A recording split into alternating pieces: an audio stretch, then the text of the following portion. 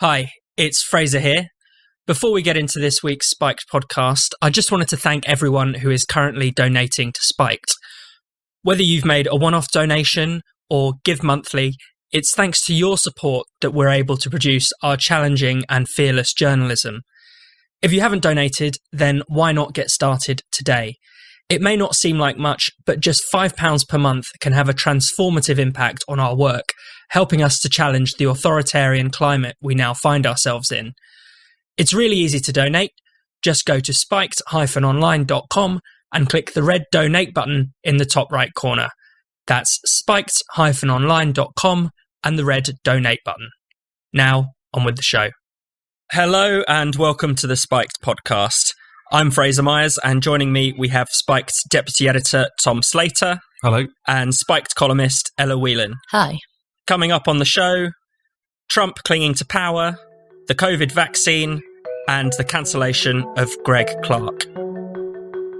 If you count the legal votes, I easily win. There will be a smooth transition to a second Trump administration. Let's not have any lectures about how the president should immediately, cheerfully accept preliminary election results from the same characters who just spent 4 years refusing to accept the validity of the last election. I just think it's an embarrassment, quite frankly.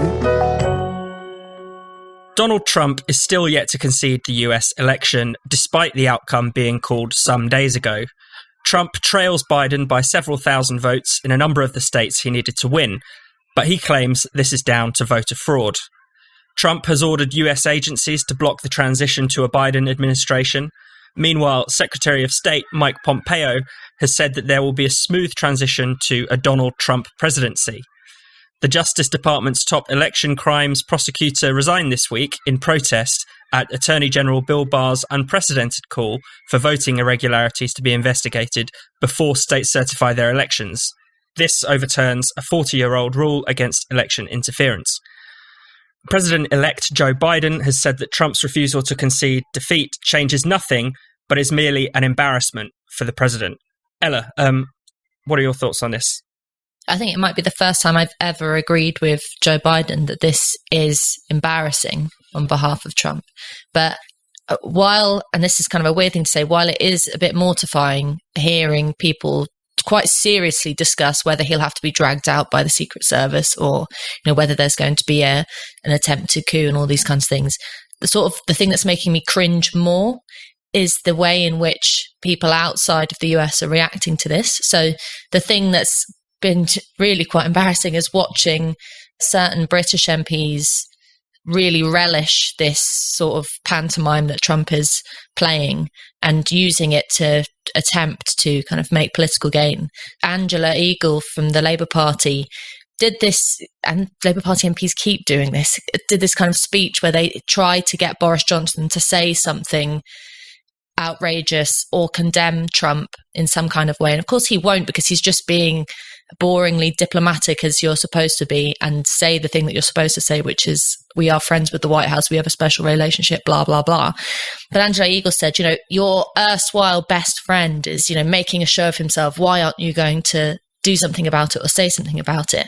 And there's this kind of like blind spot in everyone's heads, which we talked a bit about last week, where, it's one thing for Trump being anti-democratic in the way of trying to now it's quite obvious that there wasn't sustained or systemic voter fraud, and the means through which he's trying to undermine the election are a problem.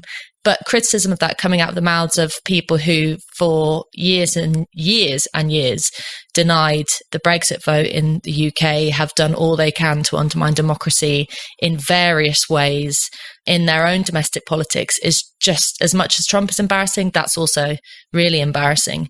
It's weird watching this because, as everyone says, I think unprecedented is a word that you just can't use anymore because we've used it time and again to describe politics over the last few years. But I keep thinking, what must American voters be making of this? And I think actually Wendy Kaminer made a really good point in her column for Spiked this week, where she talked about this sort of unending nature of this particular political situation, because whether or not Trump does get dragged out, whether he leaves of his own accord, or indeed, anything could happen, whether it turns out that there was a massive amount of voter fraud enough to change the result in some way. What she makes the point is that, the underlying issues in American politics are going to stay the same, because guess what? Democrats have not taken seriously the fact that Trump had over 70 million votes. They have not taken seriously the nature of the divisions in American politics, and they are doing what we all expected them to do, and is treating Biden and Harris's win as a defeat of fascism, as a, stamping on the orange man, as all the kind of crass continuation of that political strategy to deride Trump voters, which just means this is not the end of an era. It's not the beginning of anything either. It's just the continuation of the kind of soup of really negative and divisive American politics that we've been dealing with for years now. Tom? No, I think this whole argument is a perfect encapsulation of what's happened throughout the Trump era, which is that there's so much noise and there's so much outrage, but often kind of two things are true at the same time. One of which is that the claims that this election was stolen just don't seem to be backed up by any evidence whatsoever. Even if you take as read that some of these challenges might actually have something to them, for them to potentially swing the result is just completely inconceivable. The analysis I've looked at suggests, you'd have to move somewhere between 50 and 70,000 votes. I mean, it would take a kind of level of sophistication on the part of the Democrats or George Soros or whoever else these people seem to think is orchestrating this in order to actually swing the election in Biden's favour. And again, I think Trump's refusal to concede, it seems to be more about his ego. It seems to be more about his refusal that he could ever lose anything. And it's pathetic and remarkably transparent. We saw that over election night, him effectively saying that he wanted the count stopped in states where he was doing well, and he wanted the counts to continue in states where he wasn't doing so well. We should also remember he even preemptively called into question the result of 2016 and then piped down a bit after he won, but then also claimed that he'd actually won the popular vote and that wasn't shown up. So we know all of this. It's despicable, but it's more pathetic at this point. His authority is kind of draining away from him as it goes on. But at the same time, to see so many people on the Democratic side, capital D, saying that they must stand up for democracy, expressing so much outrage over this. It was only a few weeks ago that Hillary Clinton was saying that Joe Biden shouldn't concede under any circumstances. There was, of course, the Russiagate conspiracy theory, which was a conspiracy theory. It was like QAnon for the Martha's Vineyard set and was used primarily to try and take him down. And you see some arguments bouncing around Twitter was like, well, at least, that was different. They were just challenging. They were talking about election integrity and it was about interference. But the best you could say for that whole effort since 2016 was that it was a little more elegant. It was a little more sophisticated. And the big difference, I'd say, and you see that now, I think, again, with Trump's kind of authority draining away from him, is that it had kind of the full weight of the establishment on its side. Not exclusively, but there were large parts of the establishment which completely bought or at least backed this campaign to remove Trump, the resistance. So it's 100% true that what Trump is doing is wrong, but it's also completely ridiculous to see so many people in the US and, as Ella says, from the kind of Ramoning classes in the UK, pretending to stand up for democracy, because if anything, they got a lot closer than Trump ever will to seriously calling into question and upending a mass democratic vote. Yeah, and I think that's the worrying thing, isn't it? It's that you have an elite on both sides of the Atlantic that just does not like democracy at all. Now, that's in complete contrast to the voters who took part in this election in record numbers, a really exciting record high turnout. Clearly, the 100 million people who voted took their vote seriously and thought that they were going to have an impact on the direction of the country. But you get Trump challenging the result.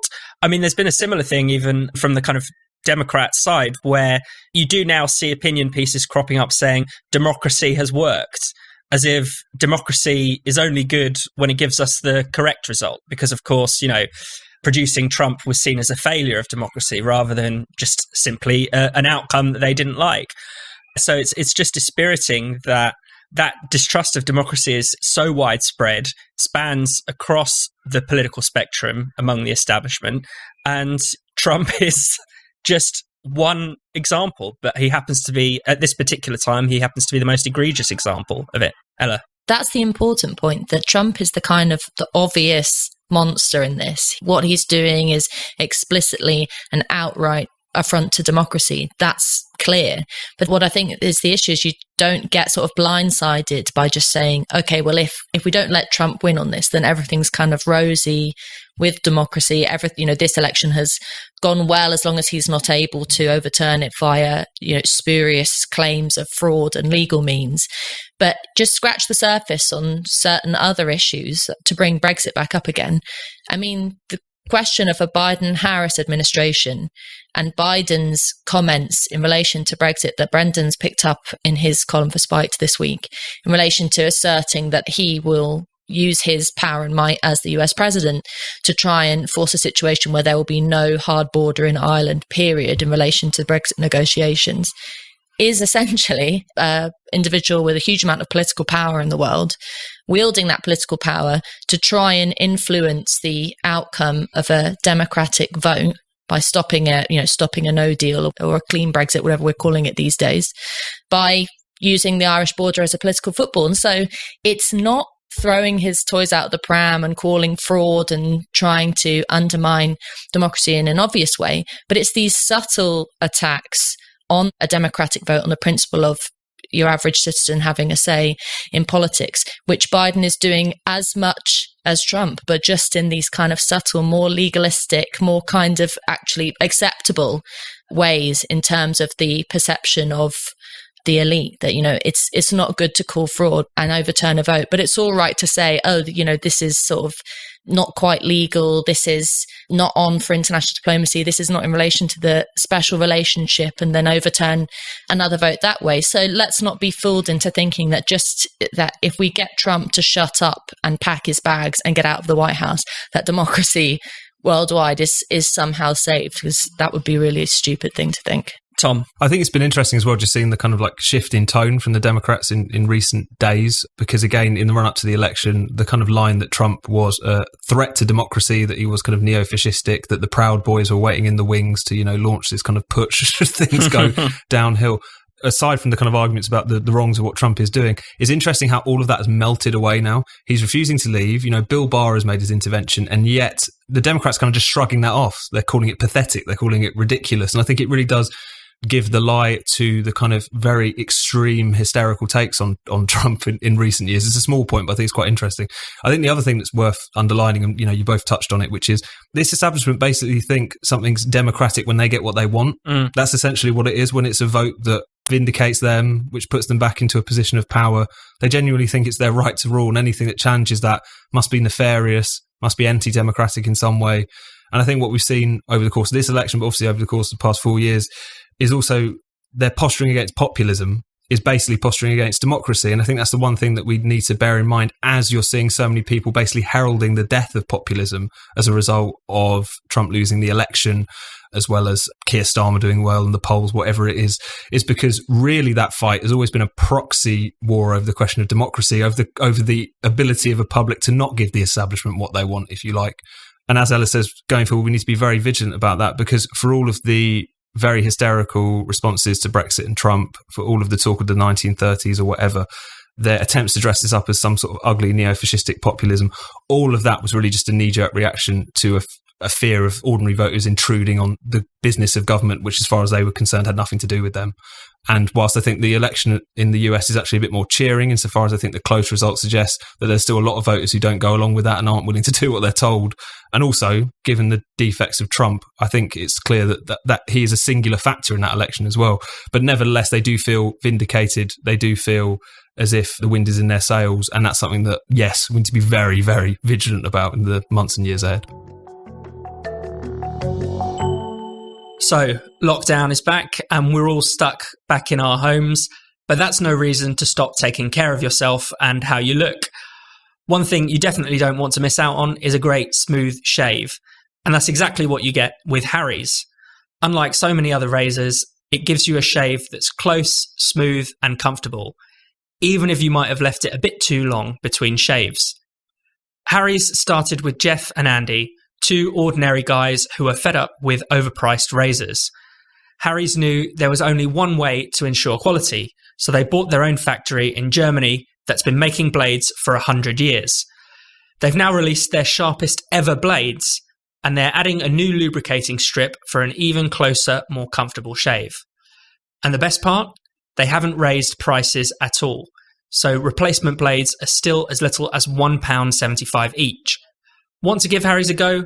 Start your subscription with a trial set today.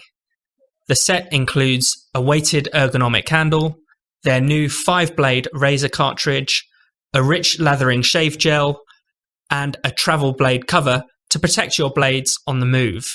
Get the comfortable shave you deserve. Head to harrys.com/spiked to claim a trial set for just £3.95. And you'll also be supporting our podcast when you do. Again, head to harrys.com/spiked today.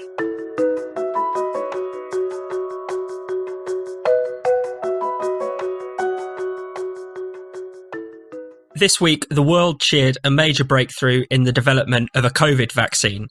Pfizer and BioNTech have hailed the 90% success rate of their new vaccine as a great day for science and humanity.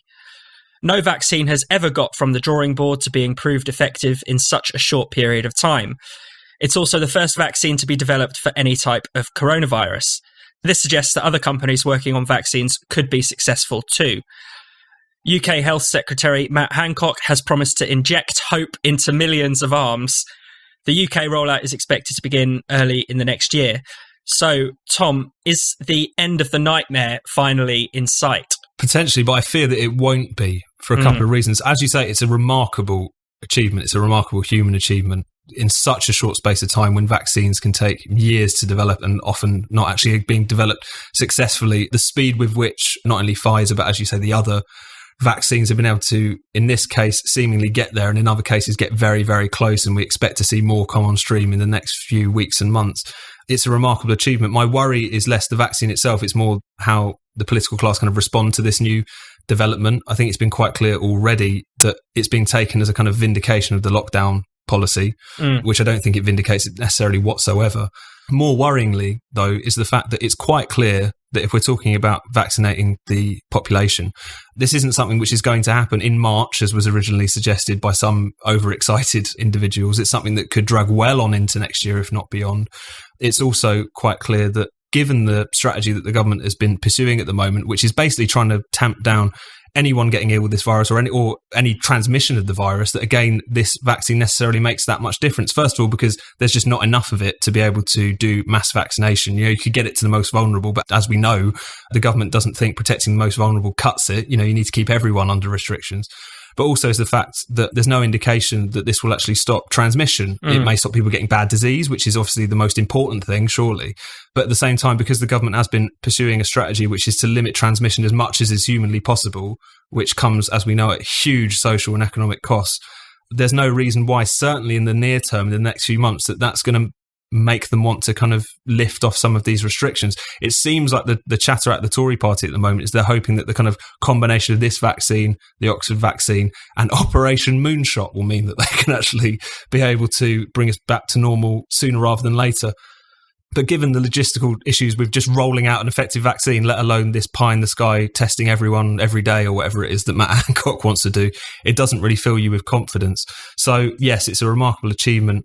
My concern is that it will just be used as vindication to carry on with this never-ending lockdown that we're in. And my fear is that at the earliest, it will be kind of towards the end of next year, really, to the point where this could be rolled out to the point it will be effective. The final thing I'd say is just the other thing that we've got to be very careful about is the extent to which, as we've seen the NHS become like the national COVID service in recent years, if it becomes the national vaccination service, there's already been doctors and medical experts raise the alarm that GP surgeries would have to heavily scale back their activities in order to meet the demand for doling out this vaccine. Now, obviously, I think it'd be a good thing for people to be vaccinated. It's an important part of the picture, regardless what your perspective is, I think, on these restrictions and coronavirus. But at the same time, that could again come with very, very real challenges. It's something we're going to have to be very alert to, because as we've talked about time and time again, and there's plenty of people have, the way in which these restrictions and the government handling of this pandemic has affected care has been very, very serious. And you wouldn't want to see that happen all over again to the ends of trying to get out of it. Ella? I'm going to do the same as Tom, which is start off positive and then pick holes in it. But I think it's important to do that because, as Tom says, I mean, just look what we can do when there is the political will and the momentum to do it. I mean, it really is incredible that the vaccine's been turned around potentially this quickly. But it is important to point out where there are potential failings or where there are problems. Because the thing that I'm most worried about is not the kind of really nutty anti-vaxxers response to this, because we've talked about that on this podcast before in relation to the kind of crossover between lizard people 5G and anti-vaxxers on the very extreme side. I'm not talking about that, but there is a problem, a deep problem with trust at the moment in relation to politics, in relation to coronavirus. And so for the first time I heard the news of this, I thought, I wonder how many people are actually going to take the vaccine, be willing to take the vaccine, not because they are the opposite of COVID idiots, whatever, not because they're stupid or misinformed or nuts, but because the sort of tenor of the discussion around the virus for months now has been one steeped in a kind of sense of fear-mongering and also completely lacking in any trust in the public. So, it's commonplace now when you talk to people anecdotally for people to say, oh, yeah, sure, like I'm going to go along with the regulations. I don't want to be a bad person, but it's all nonsense, isn't it? There's really not that much trust in terms of the measures the government is taking. People are skeptical about the reasons why they're taking it. These really kind of poor showings from these press conferences with the kind of barrage of slides and all this kind of stuff, time and again, it does a huge amount of damage to public trust. And so the government is not in a good position to try and win people over to take a vaccine. And that's terrible because people really do have to take this vaccine. It is one of the main ways in which we'll get out of this. And the solution to that is to do something that I think the government is going to find very hard to do, which is not to just suddenly flood GPs with the means to keep the vaccine cold. And, Matt Hancock's been on the news endlessly talking to us about what you have to do to keep it at -70. I kind of don't care about that. That's the sort of technical procedure. The actual real issue will be, how do you get people to come and take the vaccine without it being compulsory, which is a terrible idea. And that means doing not just taking polls of people and having this very kind of technocratic approach, but actually getting health workers out into the community to talk to people. It means actually engaging in the public in a kind of form of mass communication that, as we've seen throughout the pandemic, the government is pretty much incapable of doing. There are some really worrying trends going on at the moment, not just, people like Wakefield, discredited anti-vax people speaking at mass rallies in Trafalgar Square, but a kind of underlying sentiment in many people, for various reasons of recent political trends, to not just take politicians' words with a pinch of salt, but to really not trust a lot of what comes out of Westminster. And if you're going to run a mass public health campaign on the basis of something like a vaccine, then you've got to fix that first. Otherwise, no matter how successful or incredible or effective the Pfizer vaccine or any of these others are, we'll be in the same position we are come March, April, May. I think the trust issue is key. And I was astonished to read the Royal Society's recommendation that basically we could criminalise anti-vax misinformation. I mean, I cannot think of any idea more stupid that is going to create more suspicion around a vaccine than essentially making it a crime to express skepticism. We can talk a bit about that in a moment, but I did want to come back just to my own pessimism, even though, again, I have to say how wonderful the vaccine is and what an incredible feat of science. My pessimism is that our problem is not necessarily entirely to do with the virus. I mean, a lot of it's political, right? We need a political cure for the lockdown malaise as well as a scientific one, because at the end of the day, there are vast numbers of people, if you look at the polls. I mean, I don't trust the polls that much, but there are still substantial numbers of people who want the restrictions to continue even after the vaccine comes. And even if you look at some of the restrictions that are going on at the moment, whether there's a light at the end of the tunnel or not is irrelevant. They are not justified. If you think about the current England-wide lockdown that we've been bounced into, the argument for this was made on a basis that has been completely exposed as faulty, within days after it being announced. Basically, the government pretty much projecting 4,000 deaths per day at a peak, which we now know is pretty much definitely not going to happen. Even the government knew this was not going to happen when they announced it. More and more evidence is seeming to show that actually the peak of the current wave had been passed before the lockdown began. So, we're seeing a stabilizing of the official case count, the survey of infections in the community King's College London have their Zoe Symptoms app, which, tracks people's symptoms. That also going down before lockdown. So even though there's going to be this immense pressure to say, let's keep the restrictions until the vaccine, but we have to keep pushing back on that and saying, no, they're not justified either way. Tom? It's become like an ideology at this point, which is increasingly impervious to challenge and even just facts, like you say, like in relation to the data that's come out recently. I think it's also really important that this points to the kind of also the question of making sure that we do get back to normal and not the new normal, as it were. This doesn't become a kind of acceptable means through which you handle crises in the future, but also the immediate term is something that we've really got to remember. I mean, this week we've got the new unemployment figures through. It's up to 4.8%, pushed up largely by record high redundancies. Those figures, I think, are up until about September. So that was before the original furlough was due to end, but also before the announcement was made that it was going to be extended. So I reckon, it seems like in the next set of figures, you're going to see those pushed up even more. So there's a kind of near-term battle, which is to make sure that we get out of this lockdown, regardless of what's going on with the vaccine, because if we weren't there already, we're certainly very soon going to be getting into the cure is worse than the disease type territory in relation to lockdown. But also, as you say, it's that longer term battle, which is to make sure that, first of all, social life and public life returns back to normal, that's a really important thing to defend, that the precautionary principle cannot rule in all instances, because otherwise life and politics could quickly be drained of much point or any meaning. But also in the near term, we can't allow the dangling of this vaccine, incredible breakthrough though it is, to stop us from making that argument and stop us from starting to start up our society again, because otherwise there's going to be a hell of a lot of collateral damage as a result of that, not just in the near future, but in the next few months.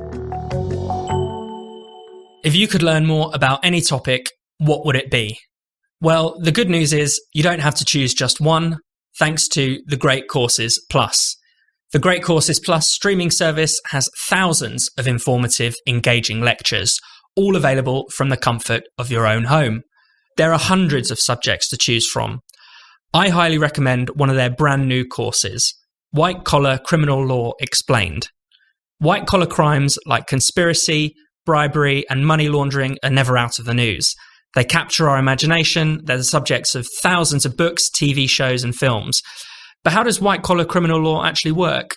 Where's the line between what's immoral and what's illegal when it comes to these kinds of crimes? And how does the state successfully construct a case against the accused?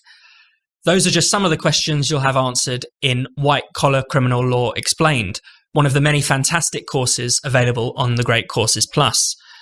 The Great Courses Plus gives you access to professors and experts from top universities and institutions from all around the world. So no matter the subject, you're receiving high quality, reliable information from every course. You can also download the Great Courses Plus app to learn anytime, anywhere, and on any device. And get this, the Great Courses Plus is offering listeners to this podcast a free trial of unlimited access to the entire library. That's access to any and all courses completely free. Don't wait any longer. Go to thegreatcoursesplus.com/spiked. Remember, thegreatcoursesplus.com/spiked.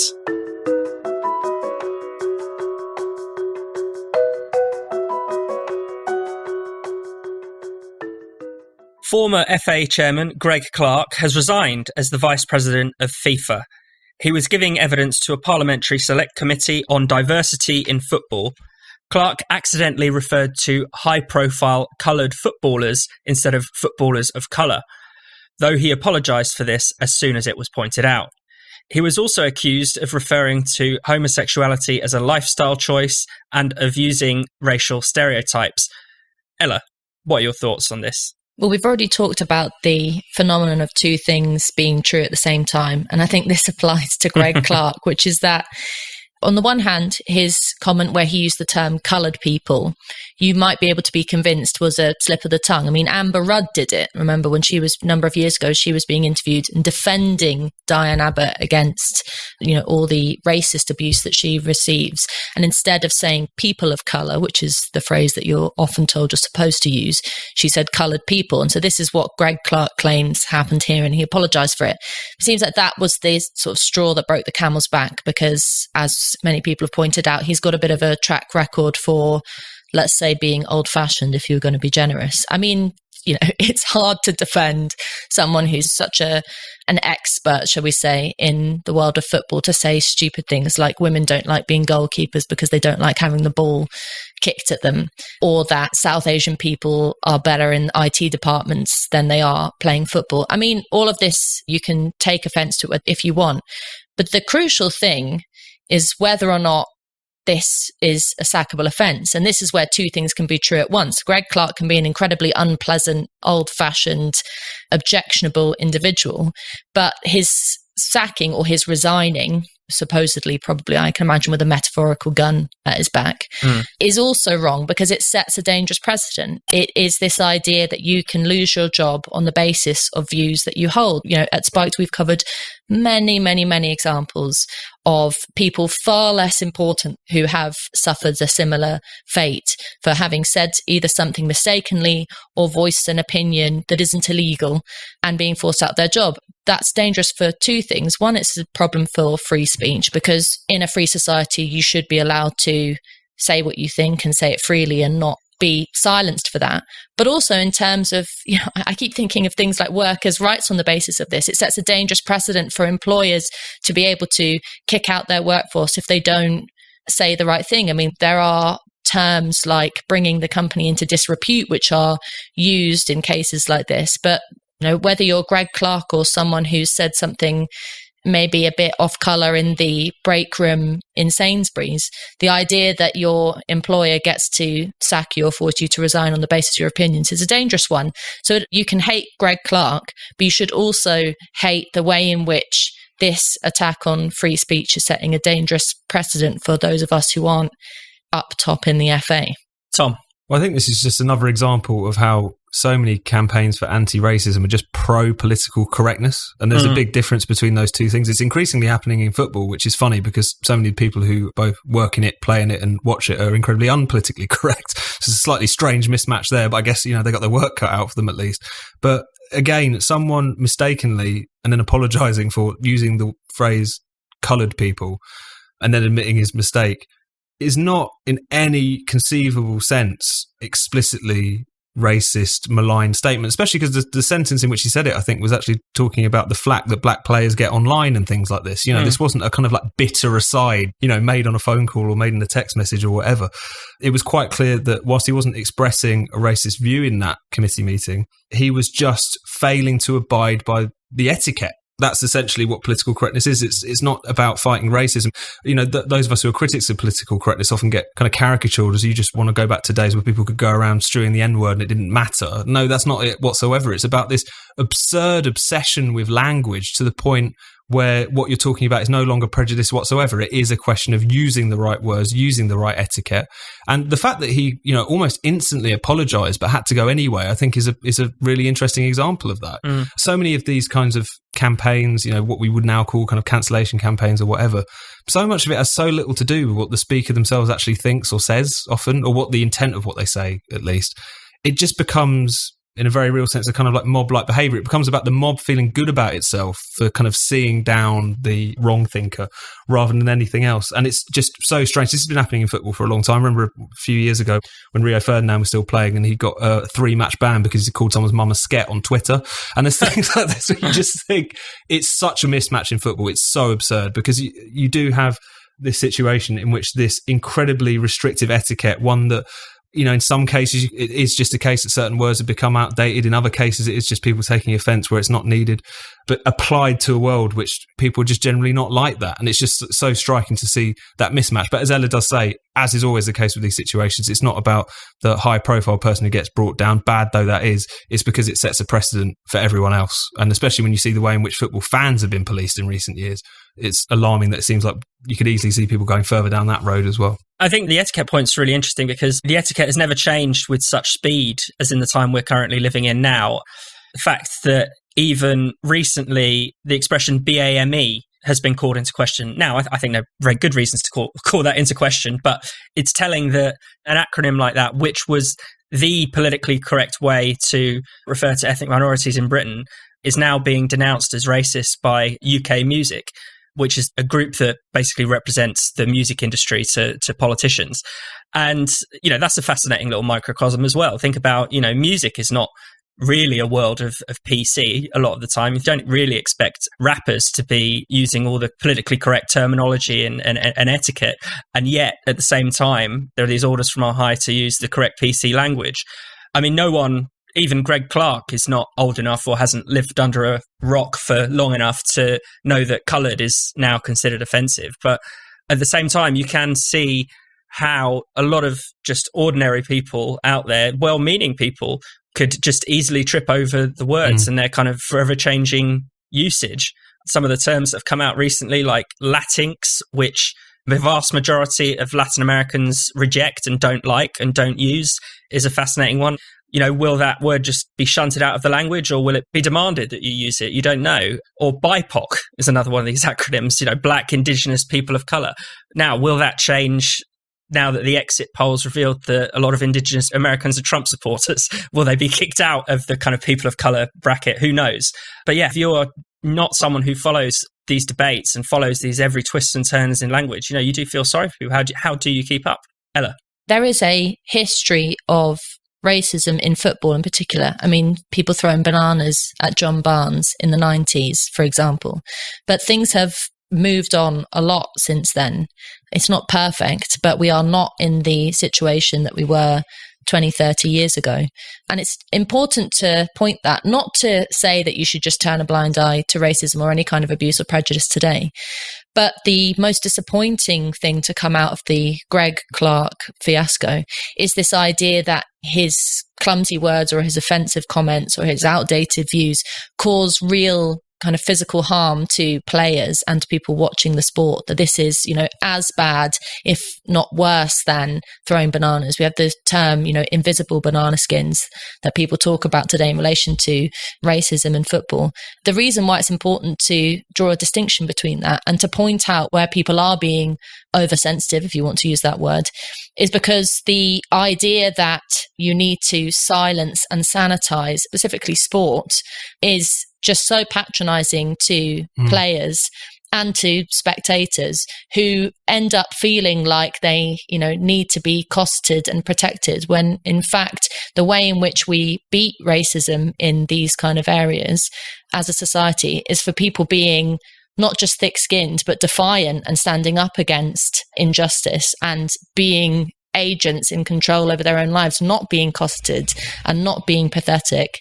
And so a little bit of a reminder of that kind of history, of the way in which we got here and the victories that have been won against prejudice, are important when looking at the kind of pathetic scandals like this Greg Clarke one. It's fascinating how much kind of credit political correctness gives itself in the fight against racism. And it's quite offensive when you think about it, because of all the points that Ella was just making. Because the idea that political correctness has brought us to the kind of much more anti-racist place that we are as a society today is almost to suggest that racism was tackled by academics and well-meaning campaigners going around shushing people and telling them they couldn't use certain words. It's absurd when you think about it. And especially in the world of football, again, as Ella says, there was a very strong history of racism, particularly around certain clubs. And it was the bravery often of black players facing down those kinds of chants and kind of winning over crowds, and also their supporters rallying to their defence when they again kind of faced any kind of like racist aggro from the terrorists. All of this was really important, and to my mind made a far bigger contribution to anti-racism and changing attitudes in this country than, again, these kind of highfalutin theories about what words you are and aren't allowed to say. Language changes, certain words become offensive where they weren't previously, but all of that is a product and an offshoot of these more serious material things, and to suggest that, again, it's the credit of the PC campaigners, which is why we are where we are today, does all those other people a disservice.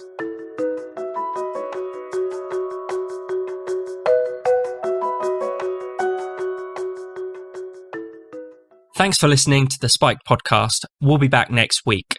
If you enjoyed the show, why not check out some of Spike's other podcasts in the meantime? We have The Brendan O'Neill Show, in which Spike's editor talks all about the big ideas, bad ideas, problems and controversies of life in the 21st century, all with the help of an esteemed guest. Then there's Culture Wars, hosted by Spike's columnist, stand-up comic and satirist Andrew Doyle. This monthly podcast is the perfect antidote to the woke idiocy taking over our lives. And last but not least, you should check out Last Orders, a podcast hosted by Tom Slater and Chris Snowden. Last Orders is all about freedom, the nanny state, and censorship. And there's a lot about coronavirus these days too. You can listen to all these shows with your favourite podcast provider, or you can find them on the Spiked website at spiked-online.com. Thanks for listening. See you next week.